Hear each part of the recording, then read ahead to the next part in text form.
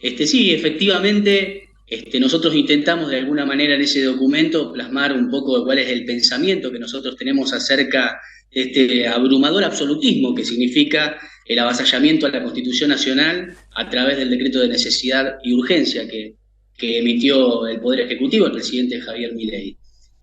La realidad que abarca mucho más que la reforma laboral, sin perjuicio de lo cual la reforma laboral es quizás la que mayor representa el nivel de decisión que está llevando adelante el Poder Ejecutivo, porque en definitiva está realizando una quita de derechos impresionante, tremenda, donde le da mayor poder al empleador y deja en total desigualdad a los trabajadores. En primer lugar, bueno, enmarcado en esta cuestión general está la reforma laboral, ¿no? Lo cual es de una gravedad inusitada. Nosotros planteamos de alguna manera en el documento que no podemos decir todo, porque imagínense que tiene más de 300 artículos, el decreto de necesidad y urgencia abarca una infinidad de materias como minería, comunicación, derecho del trabajo, una serie de materias diversas, como la ley de tierra, la ley de góndolas, tan grande que en un solo documento debíamos expresar de alguna manera el espíritu general del DNU. Por eso lo primero que atacamos es una cuestión de forma y luego la cuestión de contenido. Es decir, que el planteo lo podemos dividir en dos si se quiere. La primera cuestión es la cuestión de forma, que de todas maneras la cuestión de forma y fondo muchas veces se toca, porque la cuestión de forma también podemos decir que es de fondo. ¿Cuál es la cuestión de forma? Que el presidente dicta un decreto de necesidad y urgencia que, como justamente la palabra lo dice, requiere como presupuesto fáctico para la validez de esa decisión que exista una necesidad y urgencia. Nuestra Constitución Nacional establece en su artículo 99, inciso 3, que habla de la participación del presidente de la Nación en la formación de las leyes, un principio general donde se veda al Poder Ejecutivo emitir disposiciones de carácter legislativo bajo pena de nulidad absoluta e insanable. Es decir, lo primero que hace la Constitución es prohibir expresamente este tipo de medidas. Y luego genera una excepción que es justamente que va a poder emitirla solo y siempre y cuando que exista necesidad y urgencia, salvo en lo que está taxativamente prohibido, absolutamente prohibido en cualquier circunstancia, que son materia electoral, penal, tributaria y de los partidos políticos. En esos casos, ni siquiera con necesidad y urgencia se puede emitir un decreto de necesidad y urgencia. Es decir, esta cuestión, la jurisprudencia la ha tratado, que es la cuestión de la necesidad y urgencia, y claramente nosotros vemos que por la magnitud de la cantidad de leyes que se derogan, que se reforman, hay una imposibilidad, una inviabilidad de poder explicar eso bajo una circunstancia excepcional que no permita al Congreso tratar esos temas. Fíjense que la jurisprudencia en diversos fallos ha marcado claramente que la necesidad de urgencia se da en situaciones donde el Congreso no puede legislar, ya sea por cuestiones de desastres naturales, bélicas, etcétera, o una circunstancia que puede ser, por ejemplo, de gravedad económica, donde el tiempo que debe llevar el trámite para la sanción de las leyes en el Congreso sea inconveniente para poder lograr la respuesta que debe dar el Estado frente a una situación de emergencia o de circunstancias excepcionales, es decir, que el plazo no nos dé. En este caso, claramente no se da la circunstancia de necesidad y urgencia, porque como ustedes ven, si les hiciera una pregunta fácil, difícilmente podamos ver una necesidad y urgencia en la necesidad de reformar la ley de deportes para que tengan la posibilidad de ser sociedades anónimas, o quitarle el agravamiento indemnizatorio en favor de las empleadas particulares que fija la ley de empleadas de casa particulares para los casos de que no estén registradas o estén deficientemente registradas. La tremenda reforma laboral que abarca cuestiones de carácter permanente, no circunstancial. Es decir, si ustedes ven, se elimina todo lo que se refiere a la ley 24013 a multas por trabajo no registrado o deficientemente registrado. Es decir, que para un empleador es lo mismo, no hay ninguna diferencia entre contratar a alguien registrándolo, haciendo los aportes que se deben hacer y no registrarlo. Es decir, hasta le sale más barato no registrarlo. De alguna manera se promueve también esta falta de registración en las relaciones de trabajo individual, porque no tiene ningún agravamiento, no hay ninguna sanción frente a eso. La 24013 de alguna manera tenía eso. Y otras leyes similares, como la 25323, que también fijaba, o fija en realidad, indemnizaciones para caso de empleo no registrado, o para el caso, por ejemplo, de que no se abonen en tiempo y forma las indemnizaciones por despido. En ese caso, hay un agravamiento indemnizatorio que aumenta el valor que debe cobrar el trabajador. Bueno, en este caso también se alienta la falta de cumplimiento de los empleadores porque se elimina ese agravamiento indemnizatorio. Y otras modificaciones muy importantes que reforman directamente los pilares básicos del derecho del trabajo. Recuerden que el trabajador, en la relación con el empleador, siempre se dijo desde lo social que hay una relación desigual. Es decir, eso no lo marca la ley. La ley no crea las relaciones sociales y las inventa, sino que hay una relación social que ya existe, en este caso el empleador y el trabajador, donde hay una relación desigual. El trabajador presta su fuerza de trabajo, es decir, otorga una parte de su libertad, frente a un empleador que normalmente no elige. Tiene que decidir entre trabajar y no trabajar. Un trabajador normalmente no se resigna a la indigencia ni a la falta de ingreso para su alimento, para el sostén de su familia, para el cumplimiento de su plan de vida, si quieren, para los libertarios que hoy tratan este tema del plan de vida del prójimo, ¿no? Y en esa relación desigual es donde interviene el Estado creando normas en favor y en protección de los trabajadores. Pero no lo hace porque sí, no lo hace porque el Estado no lo hace un gobierno porque tenga una visión populista o una visión estatista. Lo hace porque acá tengo un ejemplar de la Constitución Nacional que en su artículo 14 bis dice que el trabajo debe ser protegido en sus diversas formas. Y habla también de la protección contra el despido arbitrario. Con lo cual nos pone, además de todos los otros derechos, ¿no? Vivienda, el tema del salario equitativo, digno, etcétera, igual remuneración por igual tarea, una serie de derechos que están plasmados en la Constitución Nacional que obligan al Estado a cumplir a través de sus leyes ese mandato. Bueno, justamente la ley de contrato de trabajo lo que viene a hacer es tratar de equilibrar relaciones que socialmente ya son desiguales.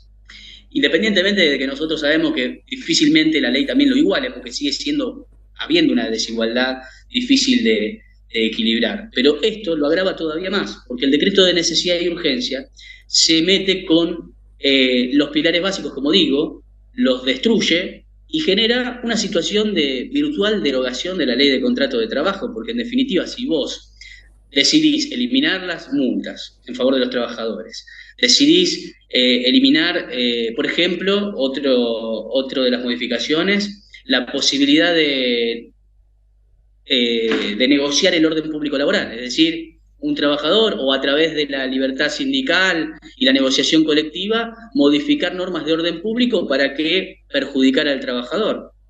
Es decir, a través de la negociación colectiva, lo cual está prohibido por los tratados internacionales de derechos humanos, por los principios de progresividad dispuestos en la Constitución. Por eso digo, ahí ya hay una cuestión de contenido, ¿no? Hablábamos de la cuestión de forma, donde no hay necesidad y urgencia, pero también hay una cuestión de contenido donde se avasalla también la Constitución Nacional, porque choca directamente con los pilares básicos del 14 bis, y choca también con la progresividad de los derechos de los trabajadores que vienen conquistando con años de lucha, con mucho sacrificio y hasta con sangre también. Entonces, En bueno, ese sentido te interrumpo. En ese sentido, ayer lo leía en página 12, una entrevista que le hicieron a Héctor Recalde, reconocido abogado laboralista y además ex miembro de la Cámara Baja. Y justamente lo que mencionaba Recalde es que se retrotraen los derechos a más de 50 años de conquista, con sangre incluida, como bien decías. exactamente. Esto demuestra, además las leyes que se debaten en el Congreso durante años, para poder lograr un mínimo consenso para el diseño institucional de las relaciones del trabajo, y con toda esta cuestión social de la lucha que se vino dando durante tanto tiempo, lo quiere borrar de un plumazo. Es Digo, hay una cuestión histórica de los liberales argentinos, o pseudo liberales argentinos, que creen que pueden cambiar las bases sociales a través de normas. Digo, por más que prohíbas la huelga, no va a dejar de haber huelga. Por más que prohíbas las manifestaciones, no va a dejar de haber manifestaciones. Hay una base social argentina que se viene construyendo culturalmente y que no se deroga por normas. El liberalismo históricamente lo ha intentado hacer y nunca ha podido. Pero bueno, es un avasallamiento más. Aparte de que violenta, digamos, la división de poderes, esos principios republicanos que tanto ellos dicen defender, y entran en una contradicción insalvable de su propio discurso. El presidente Milei hace de su discurso la cuestión libertaria como la cuestión eje de toda su política, y una de las cuestiones que plantea, yo lo repito todo el tiempo, que dice que el liberalismo tiene este principio de no agresión al proyecto de vida del prójimo, y lo repite constantemente. Pero resulta ser que el proyecto de vida del prójimo difícilmente se pueda dar sin trabajo, sin poder hacerse de sus alimentos, porque hay una inflación tremenda que infringe el propio gobierno a través de la liberación de precios y aparte con la mega devaluación ya realizada. Es decir, ese proyecto de vida del trabajador, la trabajadora, tanto los ocupados como los desocupados, se ve lesionado, agredido justamente por la política del libertario. Entonces hay una contradicción de este gobierno que es el gobierno de la simulación y el fraude. Constantemente nos quieren venir a decir en los medios masivos de comunicación adictos a este presidente que es un presidente honesto que ya nos dijo lo que iba a hacer, pero no es cierto. Se cansó de decir que el ajuste que está proponiendo lo iba a pagar la política, la casta, y la realidad es que lo está pagando el pueblo trabajador, el pueblo humilde, los más vulnerables, lo está pagando la sociedad toda, clase baja, clase media, todos están pagando este ajuste que él dijo que se iba a dirigir a una supuesta casta política. La realidad es que el presidente no nos considera a nosotros, a las personas humanas, a los trabajadores, a las empleadas de casa particular, si quieren para ser más preciso, al comerciante o al consumidor, no lo considera dentro de su lógica libertaria como sector privado, que tanto dice, ¿no? Fíjense, también es algo que repito siempre, porque me llamó mucho la atención en el discurso que él da de espaldas al Congreso, el primer discurso de Milei como presidente, plantea que el ajuste, lo vuelve a decir que el ajuste lo va a pagar la política y no el sector privado. Sin embargo, acto seguido, dice, con las políticas que vamos a llevar adelante va a haber más pobreza, más indigencia, ¿sí? Y peores salarios. Quiere decir que para él, los trabajadores, los comerciantes, las personas humanas que consumen diariamente no son el sector privado. Para él el sector privado es únicamente lo que llamamos nosotros la verdadera casta, que son los grupos económicos diversificados que llevan la concentración económica de nuestro país y que llevan las riendas del modelo económico del país, presionando, estrangulando la economía argentina, y son los verdaderos responsables de la tremenda inflación, de la mega devaluación y de que este presidente haya dictado un DNU a imagen y semejanza de los intereses privados, de los fondos de inversión y de los intereses concentrados que menciono. Jamás fue favorecido el sector privado que representan los trabajadores. Nos vienen a decir que vienen a defender la propiedad privada, pero para ellos el salario no es propiedad privada del trabajador y por eso proceden a pulverizarlo. Bueno, hay una serie de derechos adquiridos que son avasallados, lo vamos a escuchar de distintos constitucionalistas, lo vamos a escuchar de distintos representantes sindicales, de distintos funcionarios de la política de distinto color, y eso tiene que ver con que hay un ataque feroz y colectivo a muchas áreas de la vida económica argentina y de la vida social. Sergio, Con lo cual, sí, por último, por todas estas razones ustedes desde el Ateneo están pidiendo la derogación del decreto. Estamos pidiendo claramente.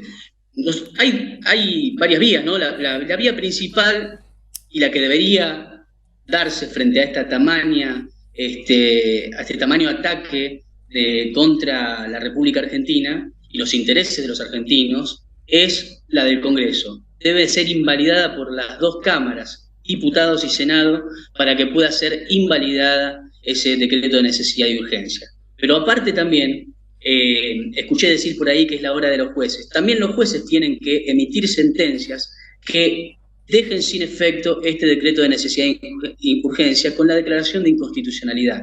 Los abogados tenemos que hacer lo propio en nuestras causas, porque también hay cuestiones sectoriales, digamos. Alguno hará una demanda laboral y ahí tendrá que plantear la inconstitucionalidad de la reforma laboral, y cada uno de los sectores debe plantear la inconstitucionalidad. Pero aparte de eso, las organizaciones estudiantiles, las organizaciones gremiales, sindicales, el pueblo libre, los organismos de derechos humanos, no solo puede, creo que tenemos todos el deber de aportar, estando en un estado de alerta y de movilización constante y de deliberación constante en contra de este avasallamiento total que llevan adelante. Es decir, hay una cuestión de pelea social y también de pelea institucional que creo que deben estar conjuntamente llevadas adelante, pensadas y llevadas adelante para poder frenar este ajustazo y aparte de eso, este modelo económico sin distribución de la riqueza que plantea a largo plazo, con estrangulación de nuestra soberanía y de nuestra economía en favor de los intereses espurios de los sectores económicos concentrados, aliados al imperialismo, si se quiere.